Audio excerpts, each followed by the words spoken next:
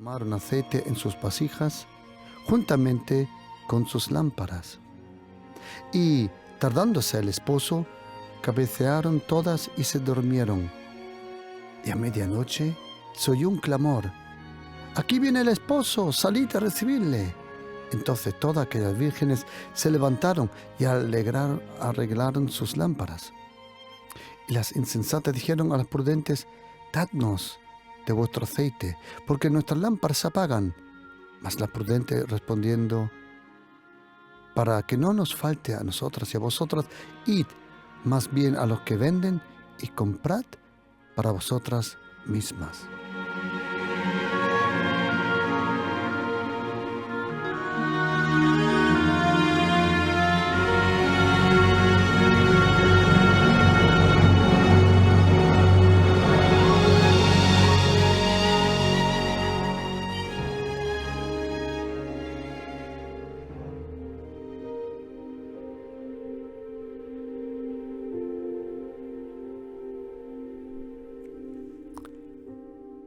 La parábola de las 10 vírgenes. Una de las parábolas más conocidas del Señor Jesucristo, y una parábola sobre el reino de los cielos. El mensaje de Jesucristo, si hoy en día tú hablas con alguien y le preguntas ¿qué era lo que predicaba Jesucristo, lo que enseñaba? Muchos te van a decir del amor, de la paz, de la tolerancia, aunque nunca han leído la Biblia. Pero cuando lees los 4 evangelios, los evangelios del Señor Jesucristo según Mateo, Marcos, Lucas y Juan, te darás cuenta que el Señor Jesucristo, la Biblia le llama el Rey de los judíos, pero tienes que saber que cuando los magos vinieron de lejos, de un camino largo, aproximadamente 2 años ya habían tardado, cuando encontraron allí a Jerusalén, vinieron a Jerusalén preguntando ¿dónde está el Rey de los judíos? Jesucristo nació como Rey. Por eso su mensaje solo podía ser el mensaje de un Rey. ¿Y qué representa un Rey? Es su reino, el reino de Dios. Jesucristo habló 105 veces en los 4 evangelios del reino de Dios, o como el evangelio del Señor Jesús, según Mateo, dice el reino de los cielos.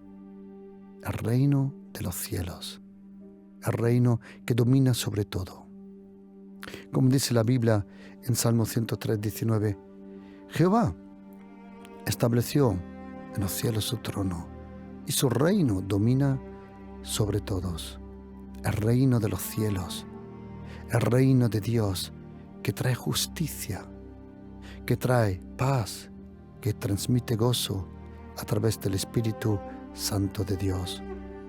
El reino de Dios se ha acercado, el reino de Dios, el gobierno, la majestad, el poder, la restauración. Todo lo que tiene el reino de Dios ha venido con el nacimiento, la vida, la obra, las palabras del Señor Jesucristo. El reino de Dios ya está aquí. El reino de los cielos está aquí. ¿Está completamente aquí? Todavía no. O vamos a decirlo, en el último día, cuando dice la Biblia, ahora ha venido el reino, la majestad y la autoridad de Jesucristo, en el libro de Apocalipsis. Pero el reino de Dios está aquí. ¿Por qué? Si el reino de Dios no estuviera aquí, tú y yo no podíamos ser salvos. ¿Por qué? En Juan capítulo 3, versículo 3 y versículo 5, Jesucristo le dice a Nicodemo de noche que es necesario nacer de nuevo para entrar y para ver el reino de Dios. Si el reino de Dios no estuviera aquí, los demonios te hubieran hecho pedazos. El reino de Dios está aquí. El reino de los cielos se ha manifestado. El reino de Dios. Buscad primero el reino de Dios, dijo el Señor, y su justicia, en Mateo, capítulo 6, versículo 33. El reino de los cielos está aquí. El reino de Dios es parte de nuestra herencia.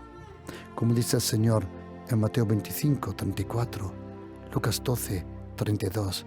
El reino de Dios, juntamente con la gracia de Dios, es nuestra herencia. El reino y la gracia están vinculados lo uno con lo otro.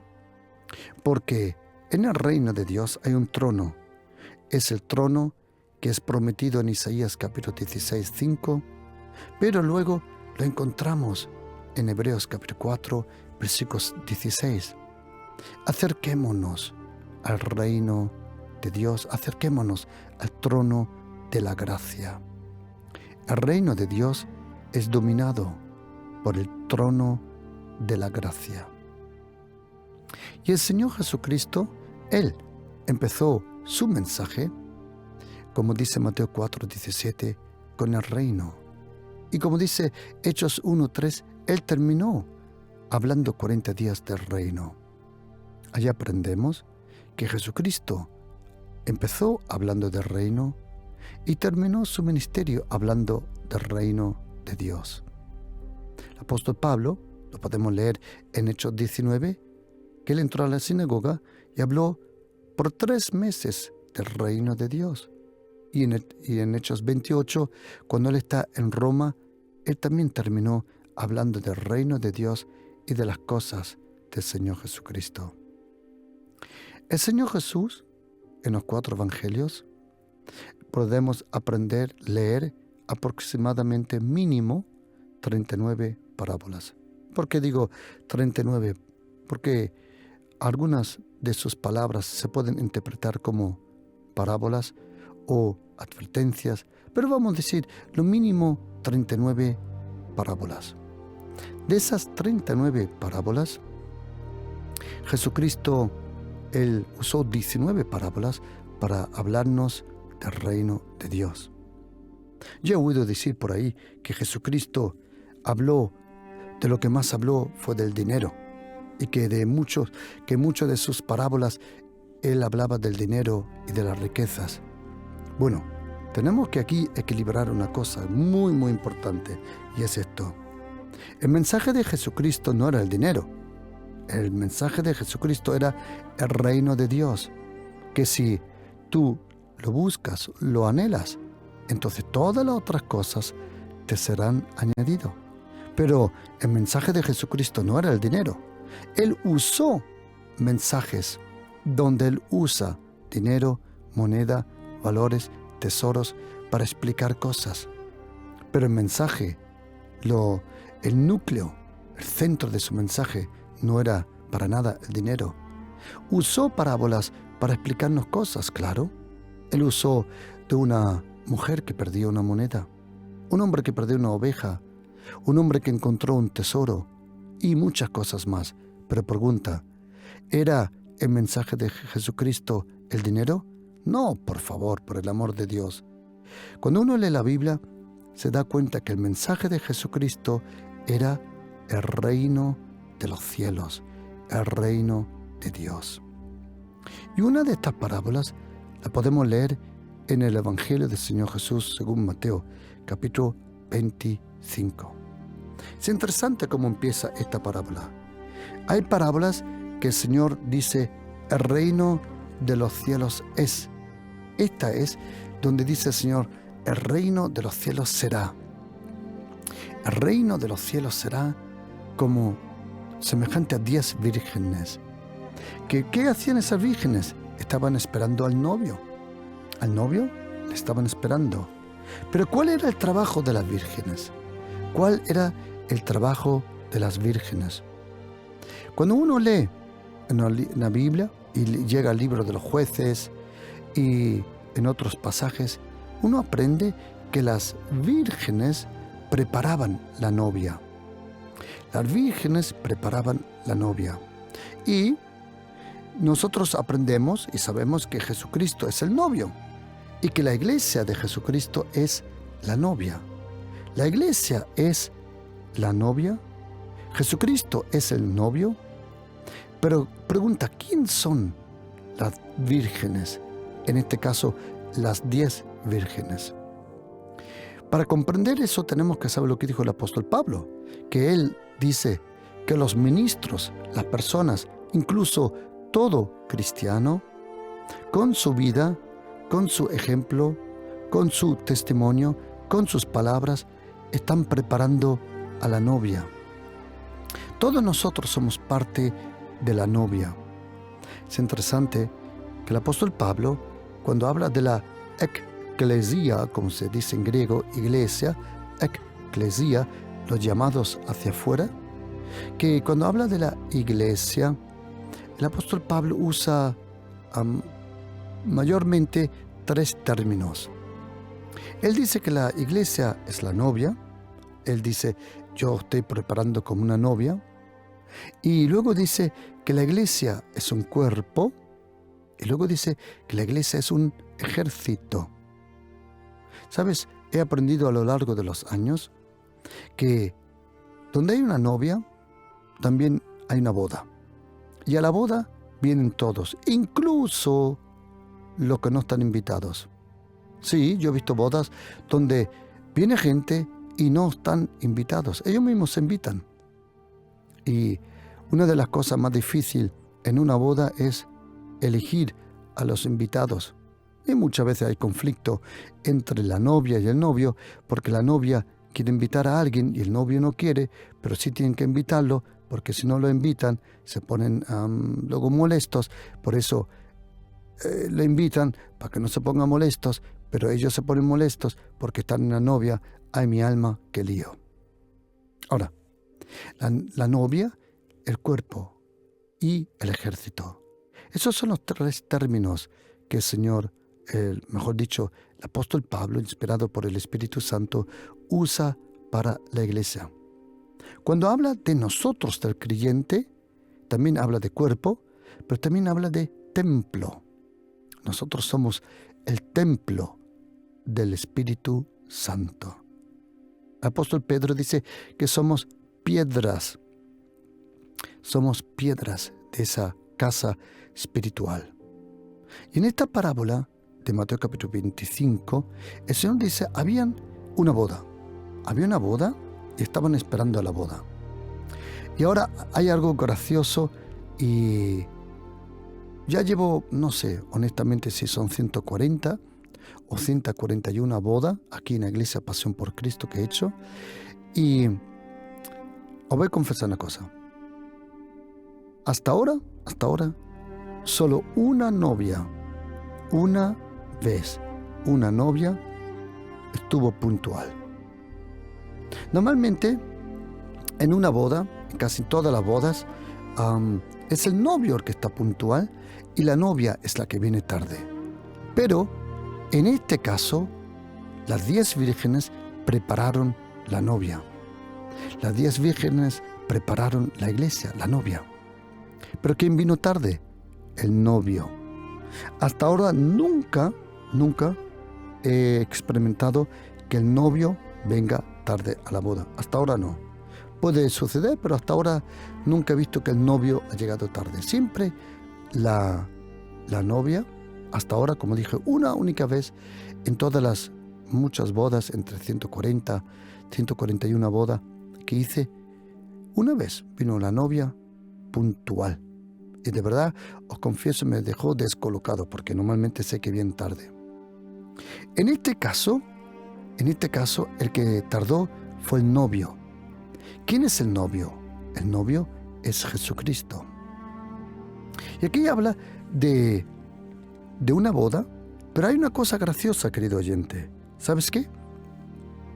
Que las bodas, la boda de Cana, Juan capítulo 2, esta parábola de la boda, y en otro lugar, ¿sabes qué es gracioso?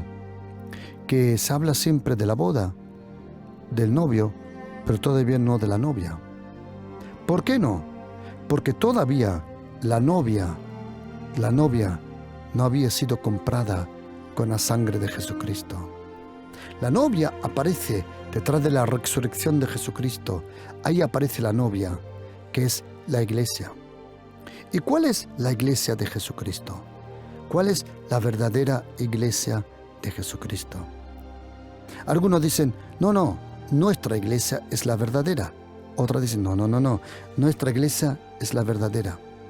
Incluso tú te dejas bautizar en una iglesia y cuando vas, porque tienes que cambiar por trabajo, cuando cambias a otra nación, a otro lugar y vas a otra iglesia, hay lugares que te obligan a bautizarte de nuevo porque el bautismo de la otra iglesia dicen que no es válido.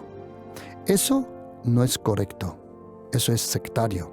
Ahora, ¿cuál es la iglesia de Jesucristo? Porque Jesucristo no es como algunos de nosotros que van por ahí y tienen varias novias. No. Jesucristo solo tiene una novia, un cuerpo. ¿Cuál es la iglesia de Jesucristo? Si tú le preguntas a un católico, él te dirá, la iglesia católica es la única iglesia. Si tú preguntas a ciertos hermanos evangélicos, ellos te van a decir, no, la nuestra es la única. Bueno, querido, mira, Jesucristo no tiene muchas iglesias, Él solo tiene una. ¿Quién es la iglesia de Jesucristo? Tienes que saber una cosa. Hay un escritor, un predicador muy bueno que ya partió, se fue con el Señor, Francis Frank Payne, que él dijo, el cristianismo en Galilea era un hombre, en Roma una institución, en Europa una cultura, y él como era norteamericano dijo, y en el Norteamérica un show. Ahora tienes que saber una cosa, ¿quién es la verdadera iglesia de Jesucristo? La verdadera. Algunos dicen, si tú le preguntas a un hermano gitano, dirán, no, Filadelfia es la única. Si tú le preguntas a un adventista, no, la nuestra. Si tú preguntas a un ortodoxo, te dirá lo mismo. A ver, ¿quién es la iglesia verdadera de Jesucristo? Para eso tienes que saber que la iglesia de Jesucristo no es una denominación, no es una constitución. La iglesia de Jesucristo son todos aquellos, toda persona que cree en la persona de Jesucristo, en Dios el Padre y Dios el Espíritu Santo. Otra vez, la iglesia, tú eres parte de la iglesia, tú no vas a la iglesia, tú eres la iglesia. Tú eres parte de la iglesia, tú no vas a la iglesia. A donde tú vas es a una congregación, pero tú eres la iglesia. Por eso todo lo que tú haces en casa afecta la vida y la atmósfera de esa iglesia local. ¿Cuál es la iglesia verdadera de Jesucristo? La iglesia verdadera de Jesucristo son todos aquellos que creen en Jesucristo, el Hijo de Dios, que Él es el único Salvador, que Él es el Mesías, que Él dio su vida por nosotros, que Él nos salvó y por su gracia somos salvos. Él nos dio su justicia, Él nos santificó, Él nos ha salvado. Para ser partícipe de esa iglesia, tienes que creer en Dios el Padre, Dios el Hijo y Dios el Espíritu Santo. Yo sé que la palabra Trinidad no aparece en la Biblia, pero eso no elimina el hecho y la realidad que nosotros creemos en Dios el Padre, Dios el Hijo y Dios el Espíritu Santo. El Padre envió al Hijo, al Verbo, y cuando el Verbo vino a la tierra, su nombre era Hijo, como dice Isaías capítulo 9, versículo 2 adelante. Jesucristo vino. Jesucristo es el único hombre que no fue creado. Él nació, pero era preexistente como el Verbo con el Padre. Y el Espíritu Santo es el Espíritu eterno. Por eso nosotros creemos en Dios el Padre, Dios el Hijo y Dios el Espíritu Santo. La iglesia de Jesucristo, la novia de Jesucristo, son todos aquellos que creen en Jesucristo, el Hijo de Dios, en Dios el Padre y Dios el Espíritu Santo. No puedes creer en Dios el Padre si no crees en Jesucristo. Juan lo dijo muy bien: el que no tiene al Hijo, no tiene al Padre. Así de fácil es. En esta parábola, Mateo capítulo 25, Jesucristo compara a todos los cristianos con 10 vírgenes, a todos. Y dice que habían 5 que eran prudentes y 5 que no eran prudentes. Ahora tienes que saber una cosa.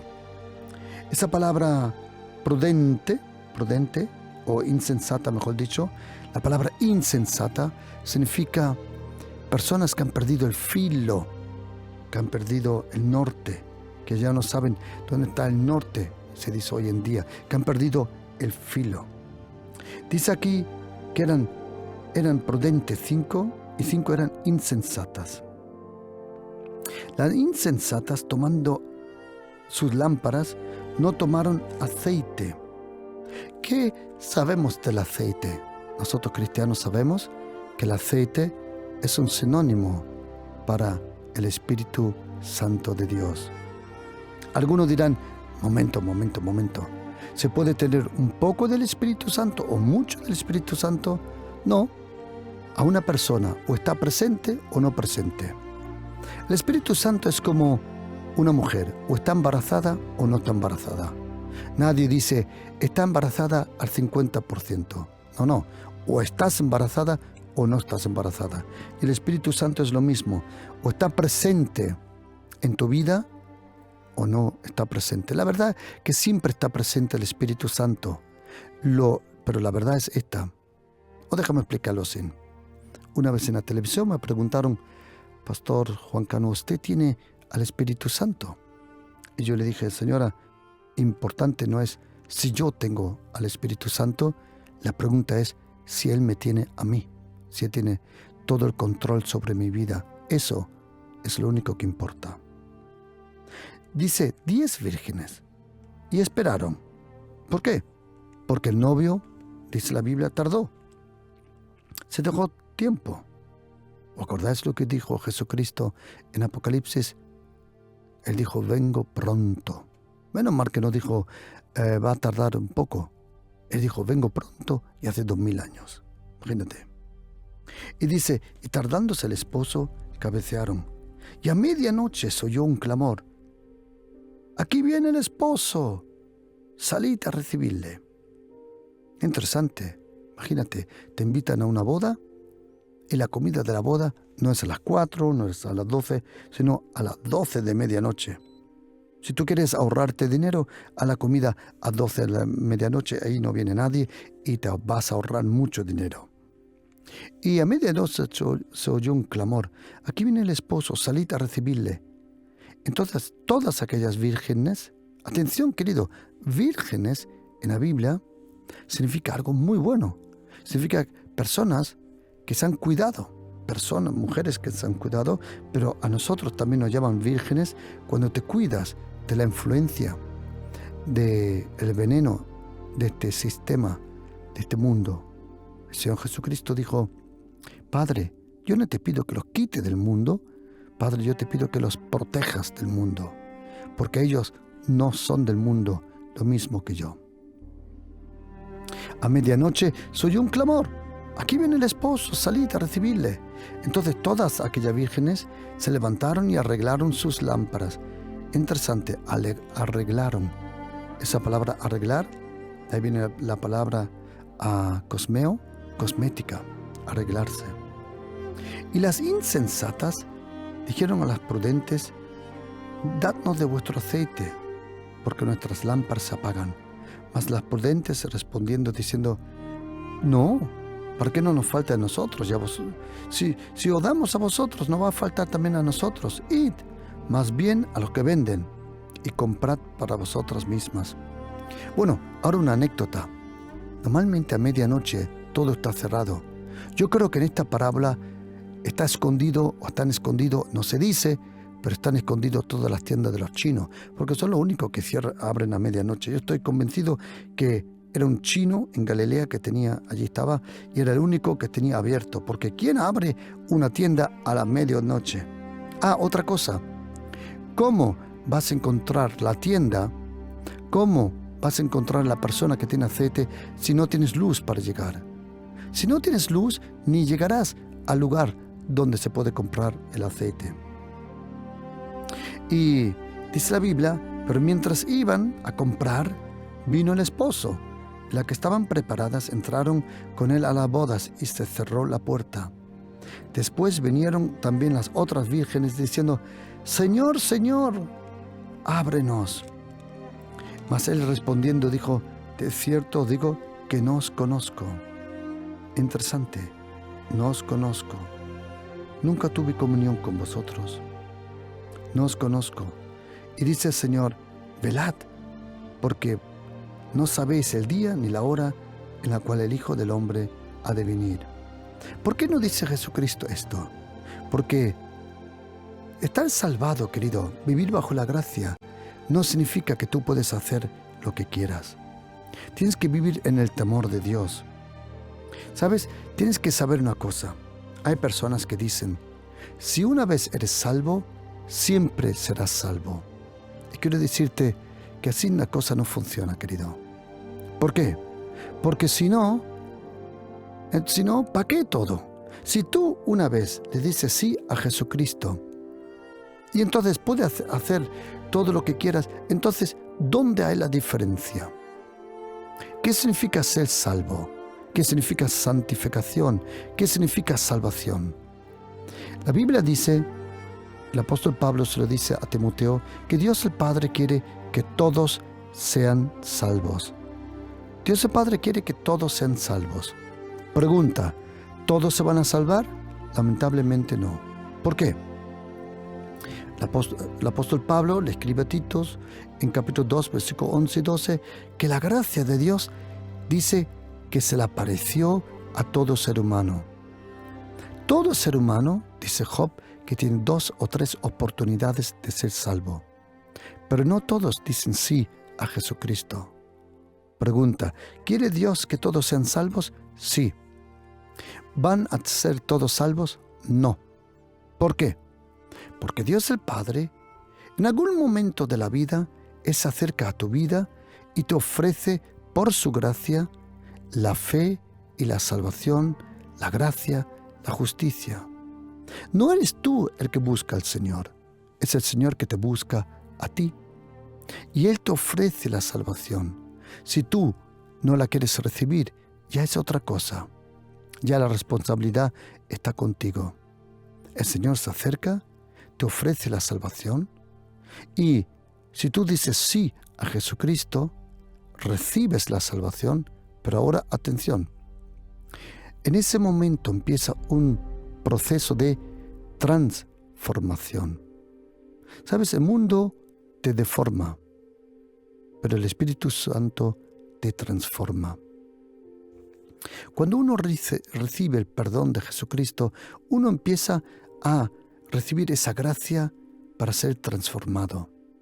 El Espíritu Santo, Él hace una obra en nuestra vida. Él empieza a hacer una obra en tu vida. ¿Sabes? El Señor te ama como eres, pero te ama bastante para no dejarte como eres. Y yo conozco gente que ha resistido al Espíritu Santo. Así como Esteban en Hechos 6, Hechos 7, antes de ser apedreado, dice, vosotros resistid siempre al Espíritu Santo.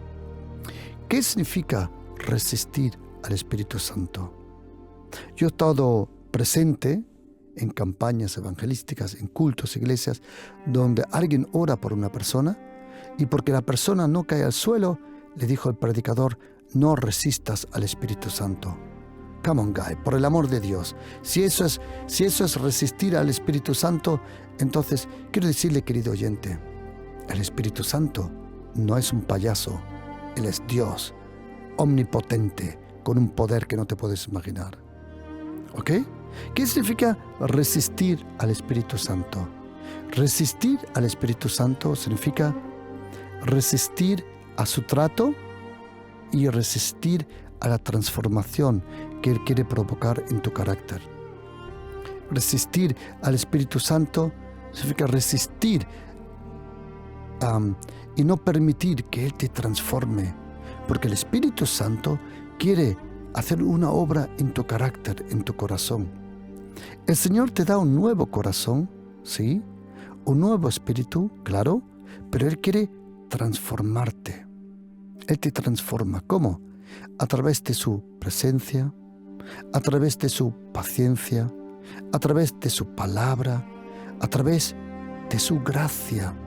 El Señor, Él te santifica y luego te transforma. Es un misterio, porque en el profeta Isaías dice que Dios el Padre, Él no empieza nada, sino primero termina la obra. ¿Sabes qué? Dios primero terminó la obra en tu vida y luego la empezó. Es un misterio en la grandeza de Dios. Y sabes, estas 5 vírgenes, dice la Biblia, que ellos se quedaron sin aceite, no se preocuparon. Por eso tú y yo tenemos que decir, como dice Salmo 90, versículo 14, Moisés dice, sácianos con tu gracia. La gracia de Jesucristo. Señor, sáciame, lléname con tu presencia, lléname contigo. ¿Sabes? Algunos se creen, yo he ido al culto, yo he bajado al culto, todo va bien. No, querido, perdona, estás equivocado. Estás equivocado. La puerta se puede cerrar. Yo no digo, atención, yo no digo que hay que tener un temor en su vida de tener miedo de no ser salvo. Si tú crees en Jesucristo y vives con el Espíritu Santo, tú tienes la justicia del Señor, la paz que te da la confirmación de la salvación y el gozo para gozarse y para vivir en esa salvación. Ahora, pero eso no significa que tú y yo podemos seguir pecando de una forma perversa, mala y aposta. Todos nosotros, como dice la Biblia, el justo cae 7 veces. ¿Cómo? Por sus pensamientos, sus palabras, su trato. Pero el Señor te perdona. Cuando tú estás bajo la gracia, estar bajo la gracia no significa solo ser salvado, sino poco a poco tienes que permitirle al Señor que Él te transforme, que empieces a ser una persona amable, cariñosa, de amor y de paz. Eso es la obra del Espíritu Santo, es multiplicar o duplicar el carácter de Jesucristo en nuestra vida. Aprended de mí, dijo Jesucristo, yo soy manso y humilde de corazón. Aprended de mí. Pero estas vírgenes, dice la Biblia, que eran insensatas, que no habían previsto para lo que iba a venir. ¿Sabes? Esta Biblia nos advierte muy bien que podemos recibir la gracia en vano. A ver, déjame explicar lo que significa recibir la gracia en vano. ¿Dónde se puede encontrar eso? Algunos dicen, no, si yo soy una vez salvo, para siempre soy salvo. ¿Sí? Vale. Ok, si tú quieres creerlo, de acuerdo. Pero te voy a decir una cosa. Si tu vida no refleja la obra, la persona de Jesucristo, entonces piensa un poquito sobre tu estilo de vida.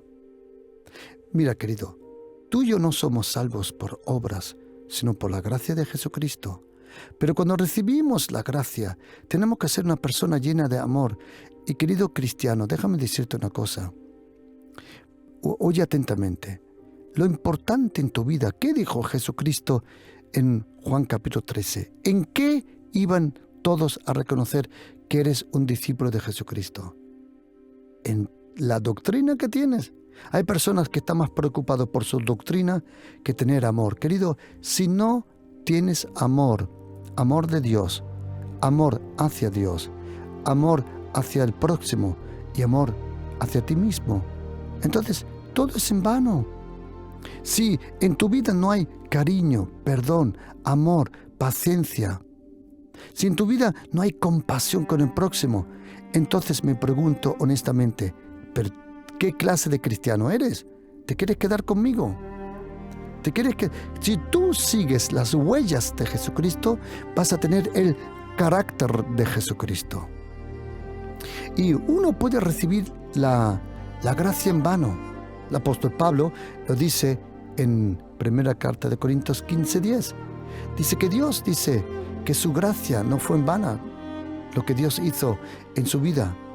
Dice que Él, primera carta de Corintios 15:10 dice, pero por la gracia de Dios soy lo que soy, y su gracia no ha sido en vano para conmigo. Antes he trabajado más que ellos, pero no yo, sino la gracia.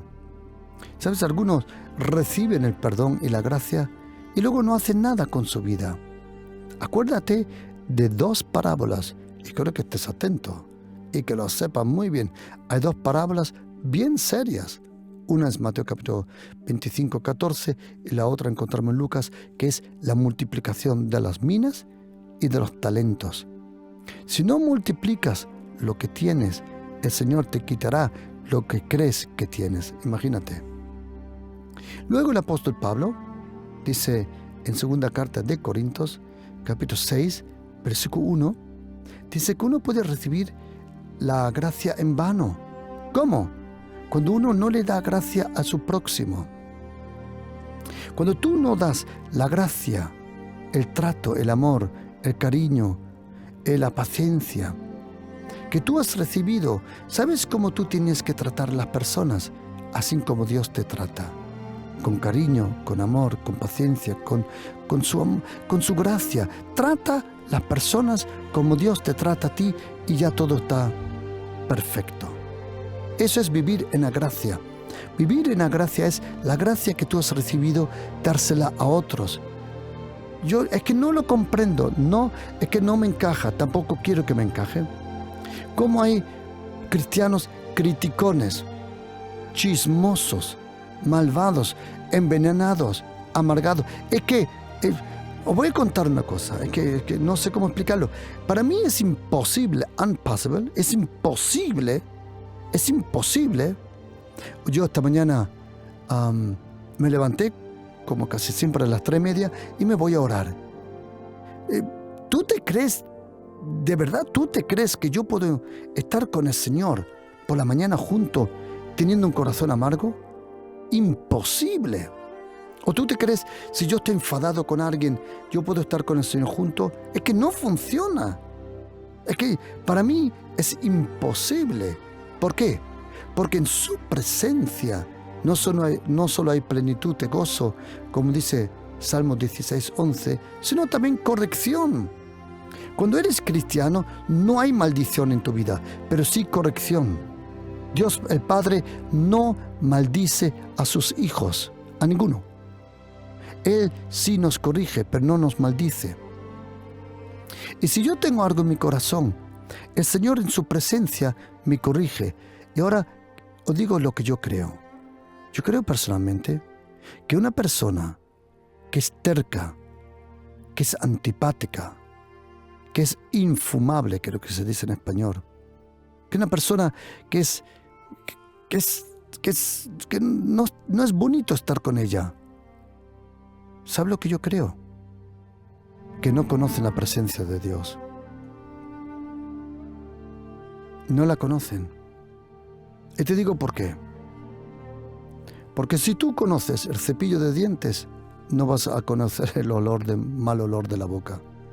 Y si tú conoces a Dios el Padre, de verdad, Él te va a transformar.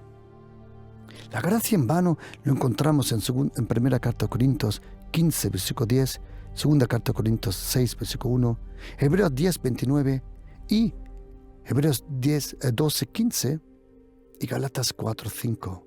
La gracia en vano. Cuando uno no usa lo que Dios te dio, lo puedes perder.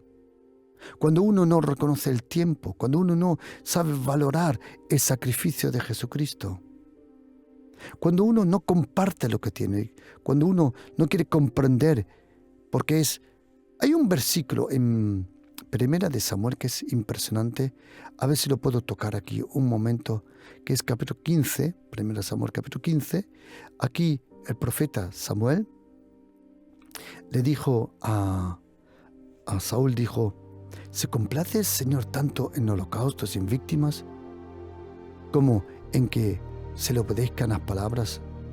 Ciertamente obedecer es mejor que sacrificios, y prestar atención mejor que la grosura de carneros. Dice, y ahora oye, porque como pecado de adivinación es rebelión, y como idolatría es obstinación. Hay personas que son cabezones. ¿Y sabe lo que dice este texto? Que los mismos demonios que hay detrás de la hechicería están detrás de esas personas cabezones. Lo dice este texto. Uno tiene que usar la gracia. Usa ese aceite. ¿Sabes? Cuando tú usas las cosas de Dios, no lo pierdes, se multiplica. Es aceite para tu lámpara, esa lámpara interior, lámpara exterior de tu vida. Que cuando tú usas lo que tienes, no se te pierde. ¿Sabes que el amor se multiplica cuando lo regalas? ¿Sabes que las finanzas se multiplican cuando lo siembras? ¿Sabes que esa sonrisa que tú le das a otra persona, buen trato, lo estás sembrando, lo estás multiplicando y en algún momento de tu vida va a regresar de nuevo a tu vida? ¿Sabes? Procura que tu lámpara, tu vasija esté llena con aceite. ¿Cómo? Lo que tienes, compártelo. Acércate a aquel que tiene el aceite, el Espíritu Santo. Usa la gracia. Acércate al Señor. Esa gracia, ese amor, ese cariño, ser simpático. Querido, yo he conocido gente que era antipática hasta las cejas, que era impresionante. Lo más antipático que te puedes imaginar. En serio, tan antipático que ella misma no se podía ver estoy pensando ahora en una persona que conocí, que ella misma no se podía ver en el espejo. Pero ¿sabes qué? Como no cambies, quiero decirte que la vida que Dios te ha dado, el rumbo de esta vida, te va a humillar. Porque antes de la caída viene la altivez, la arrogancia. Si eres arrogante y me estás oyendo y te crees que a ti no te va a pasar nada, quiero decirte que tú justo eres el candidato, el próximo para caer. Como dice el apóstol Pablo, es que esté firme, que tenga cuidado, que no caiga. Tenemos que vivir en el temor de Dios. ¿Qué significa? En respeto, en reverencia. Cuando uno se acerca a Dios, se tiene que acercar con respeto. Querido, por el amor de Dios. O déjame explicarlo de otra forma. Si yo, o no, te lo explico con un ejemplo. Un día fuimos con un amigo, un pastor que toca muy bien el piano, muy bien. Algunos castigan el piano cuando le tocan, pero este sabía tocarlo. Y fuimos a un sitio y habían unos pianos de Steinway, y unos pianos muy buenos, muy costosos. Y había uno tocando de lejos en la sala, al otro lado de la sala estaba tocando, probando un Steinway. Y mi amigo dijo, este sabe tocar. Yo, honestamente, a mí me gustó cómo tocaba, pero mi amigo dijo, no, este no solo sabe tocar, este es un virtuoso, el virtuoso tocando. Y ahora mira, si tú tocas el piano y tú oyes a otro tocar el piano, entonces tú sabes valorar si el otro sabe tocar el piano o no. Si tú tocas el violín y oyes a uno tocar el violín, tú sabes si de verdad sabe tocar el violín. Cuando yo oigo a una persona hablar del Señor, cuando oigo a una persona orar o hablar del Señor, percibo si de verdad conoce al Señor. ¿Por qué? Porque las personas que de verdad conocen a Dios, al Padre, al Hijo y al Espíritu Santo, se le acercan con cierto respeto, cierto temor a Dios, no el temor al hombre. La Biblia dice en los Proverbios que el temor al hombre te ahoga, pero el temor a Dios te libera. Cuando uno se acerca a Dios, tiene que ser con respeto, con reverencia. Para mí, nada en mi Biblia, en mi vida, yo personalmente, le tengo un respeto a Jesucristo.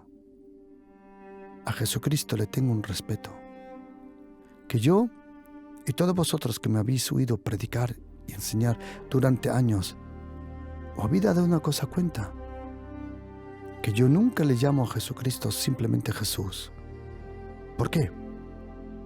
Porque ninguno de los 12 apóstoles se atrevió jamás a decirle a Jesucristo Jesús.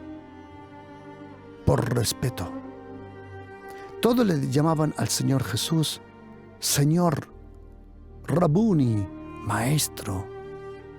Todos le llamaban Señor y Maestro, Rabbi, Rabuni, Rab. ¿Sabes? El respeto, el temor a Dios provoca que tendrás aceite en tu vida. Te lo prometo. El aceite del Espíritu Santo. Porque el Espíritu Santo es el Espíritu de la gracia. Como dice Hebreos 10, versículo 29. Cuando uno tiene el temor a Dios, tiene respeto. Respeta, atención, la persona de Jesucristo, respeta la obra de Jesucristo y respeta la iglesia de Jesucristo. Hay personas que vienen a la iglesia y se comportan peor que en cualquier lugar. Dejan el chicle pegado en algún sitio, van al baño, lo dejan todo sucio. ¿Sabes? Eso es todo testimonio que no conocen verdaderamente a Dios. Cuando uno conoce al Señor, hay un respeto, incluso a la autoridad que ha dado Dios. A una autoridad, a un pastor, a la persona de autoridad, hay respeto. Hay respeto. Pero el que no respeta es porque no conoce a Dios. El que no respeta es que porque nunca la ha conocido, nunca estuvo en su presencia. Porque, querido oyente, cuando estamos en su presencia, yo hablo de verdad a solas con el Señor, cuando su presencia te rodea, cuando su presencia te capta, cuando su presencia te llena con amor, con paz, con cariño absoluto, pero también con respeto. Y sabes, estas 5 vírgenes prudentes tenían bastante aceite. Querido oyente, mira, procura estar lleno con la gracia, lleno con el Espíritu Santo, como dice la Biblia de Esteban en Hechos 6:2, que él estaba lleno de la gracia y del poder. Y te deseo de todo corazón, querido oyente, que tú profundices, desarrolles una relación profunda con Dios el Padre. ¿Sabes? Acércate a Él. Déjate llenarte de su amor, de su cariño, de su presencia, de su palabra, de su espíritu, de su gracia. Lo deseo de todo corazón. ¿Sabes por qué? Porque entonces vas a tener aceite para todo. El aceite que con el samaritano sanó. El aceite que según Isaías 10:27 rompe el yugo. El aceite que confirma esa alteza real en tu vida como sacerdote y el rey, como dice la Biblia. El aceite del Espíritu Santo, la presencia. El aceite es el Espíritu Santo. Y, como dijo el apóstol Pablo, la gracia de Jesucristo, el amor de Dios y la comunión con aquel que tiene el aceite, el Espíritu Santo, sean con todos vosotros. Amén.